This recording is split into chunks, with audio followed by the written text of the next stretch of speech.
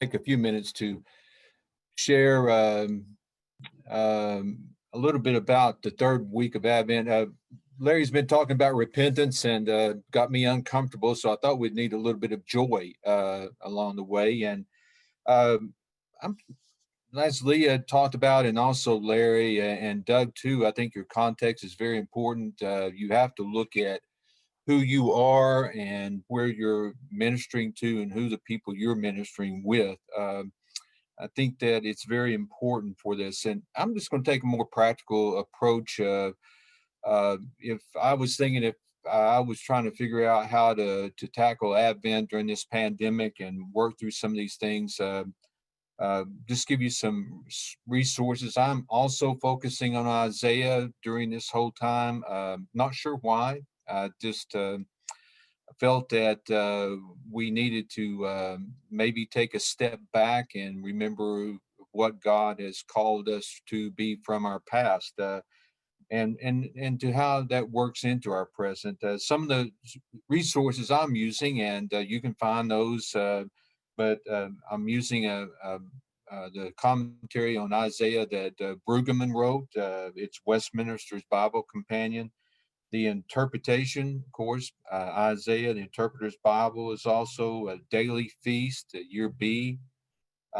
There's a book, there's a commentary, Isaiah Brevard Childs. I've found over the years, I've been doing this too long, I think, but I've stopped buying complete commentaries and tried to find those that often said what I wanted them to say, but others have said things that have challenged me.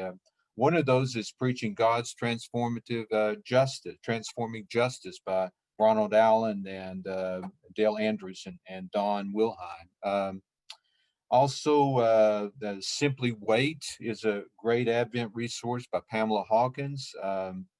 There's Christmas Gifts, that pretty simple reading, but James Moore has just some good stories in there. God is in the Manger by Bonhoeffer, and The Unclouded Heart by Beth Richardson. Those are just some of the resources I looked at, and as I was looking at Isaiah 61, um, I thought about the word anticipation. I don't, and there, when we look at this Advent, I think there has to be a time that we still have to help people anticipate. Now, anticipation can be dreadful. I think if you were going to talk about the joy of the season, there's a lot of people that don't experience much joy. We've already talked about that. It doesn't matter if it's the pandemic or not. Christmas season is a horrible time for many people. Suicides. There's increased drinking. There's all kinds of depression and more counseling that's needed. And so I think we always deal with this at Christmas. Sometimes we like to ignore it. And when you think about anticipation, there's people that anticipate the Christmas and just want it over. I thought that what Beth Richardson wrote in her The Uncluttered Heart, she wrote, "Sometimes in these days of endless preparation for Christmas, I lose all track of joy. I bustle to finish work at the office. I attend parties. I find myself frustrated in miles of traffic. I've lost the joy and I'm pretty much left alone with myself, tired, grumpy, and fed up. It'd be much easier not to have Christmas. It's just too much work."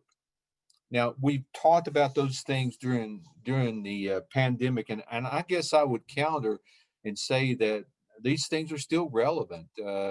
That yeah, things are tough and things are difficult with the pandemic, but they've been that way.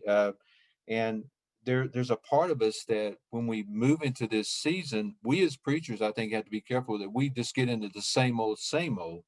Um, work that theme out if you want to along the way. Sometimes it's I've heard preaching illustrations about the same old, brushing the same old teeth and going to the same old mirror and seeing the same old face. we tend to lose the joy during this pandemic because we're alone, we're isolated, we have the issues that the social issues that have already been talked about by Larry and Leah and Doug. We need to always remember those. But anticipation can be dread. I was out walking the other morning and uh, usually walk about 5 o'clock in the morning, and it was dark. And Saw something in front of me, and what was coming, I thought what was coming toward me was something terrible and horrible. And I got up there, and it was a limb that had broken off a tree, and it it was instead of being scary and frightening, it was just something that was harmless. But we anticipate those things coming that can cause us pain and suffering, and a lot of times they bring joy. I think that what have we done in spite of the pandemic that's brought us joy? What are some things that have happened that still bring joy? Joy is not the loss of chaos. Joy is amidst the chaos. Joy is not the absence of suffering. Joy is found in the presence of suffering, and I'll probably lay some of those themes out. There's many. Uh, Thoughts that have been written about the joy is in the presence of suffering and how you find that joy. Uh, I think that as we talk about these expectations and anticipations, describe events that you're anticipating that have brought you dread in the past. Going to God forbid, going to the in-laws' house or having to deal with some of those things in the holidays that bring that sometimes bring pain, that bring guilt, doing things that may cause you some sense of dread. I also think there's anticipation or excitement of the season. The anticipation of birth. There's still births happening. There are still we do have deaths happening, but there are births happening. We have people who are dying. I have a woman that was 94. She said to me the other day, "I'm ready to go home. I'm anticipating. I want to eat a steak." And I want to see my grandkids, and that will be the end of my bucket list. And I want to go home. Uh, she and she did. She died within the next. I'm having her funeral Wednesday. Uh, there, just because people are dying doesn't mean that there's not anticipation of that uh, new life that we preach about and talk about and live out. Um, Anticipation of upcoming weddings, anticipation of the Christmas season. Um, there's all kinds of things in that you may want to look in about Christmas memories. I think we need to go back and help people remember that there is still good things happening amidst all the bad that is taking place. Our news media relates to us all that's happening that's bad, but there are still people who are working against racism. There are still people who are trying to bring about justice. There are people who are doing things that make a difference in our world. And who are those people in your congregation? Who are those people in your community that you can point to? Who are those people that are helping to bring about a sense of joy in this? Because, see, I think if I did the textual work, and I've done a lot of work already on this from Isaiah 61. I won't bore you with all of it, but I can send you notes if you want to email me. But Isaiah 61 is a call to justice. It is written in Israel's return from exile. They are coming back, and Jerusalem is in shambles. It's a dark time. It's a dreadful time. Um, but God is calling this servant, this unnamed servant, to act. This servant who has been called is anointed and given authority, and the authority is to go and anticipate. Um, the mission to fulfill it is to announce good news. The servant is an instrument of God's work in the world. Yes, there's bad, but there also is something that uh, will will undertake the intentions, as Brueggemann said, the intentions of Yahweh. The prophet is deeply connected with God and is seeking to do transformative work in the world. Um, you look at uh, you look at this passage and you can't think of when it talks about the Lord's favor, the Jubilee year, as you've learned from Leviticus 25. It's restoring property, it's forgiveness of debts. There's great anticipation in this year of Jubilee. The Lord has come. Brueggemann, I think, states it well. The point may be that the restoration of land, security, stability, and well being to the community as a whole, that is a community wide restoration. Um, there is restoration from exile to home, from brokenness to wholeness, from slavery to dignity. God will do this and God will make this happen. Now, does it happen overnight? No. Does it happen right away? No. But God is at work providing a hopeful future, but also there should be joy that in that present reality. The Israelites can expect and anticipate that God is working in their presence, and God is calling those who are His people to work in His presence too. You know, if you get a chance, look at verses 1 through 4. Write down some of those words. It's bring, it's bind, it's proclaim, it's release, it's proclaim, it's again to provide, to comfort, to give to. And all these words are words of joy when you release, when you set free, when you proclaim, when you bring about. They're acts of justice. And if you want to, I think you could even just linger over into Luke 4:18 to 22. This was Jesus' first words announcing the kingdom.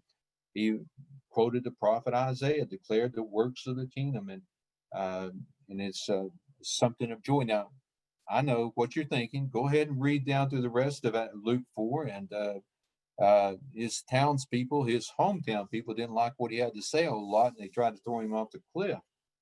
But amidst all of that, he was offering hope. He was offering repentance, but he was also offering joy, a sense of here's what's coming.